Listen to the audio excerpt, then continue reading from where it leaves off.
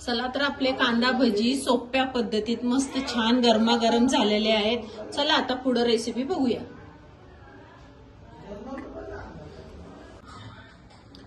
मी आता कांदे घालत आहे। 1 चमचा जिरा, 1 चमचा लाल तिखट, थोडी हळद, थोडी धना पावडर, अर्धा चमचा ओवा, थोडा सोडा,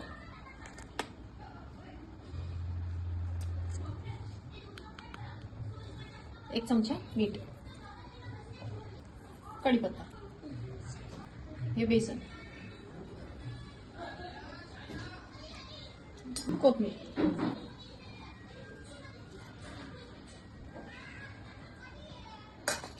आपण आता कालवत आहे।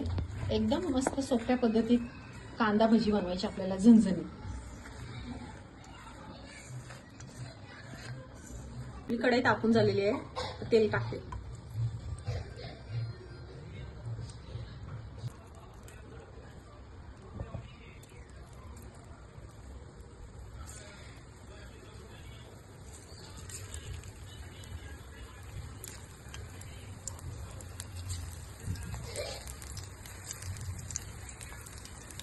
हे गरमागरम मस्त कांदा भजी झालेले आहेत। तुम्हाला जर आवडले असेल तर तुम्ही पण ट्राय करा। आवडले असेल तर सबस्क्राईब आणि लाईक करा।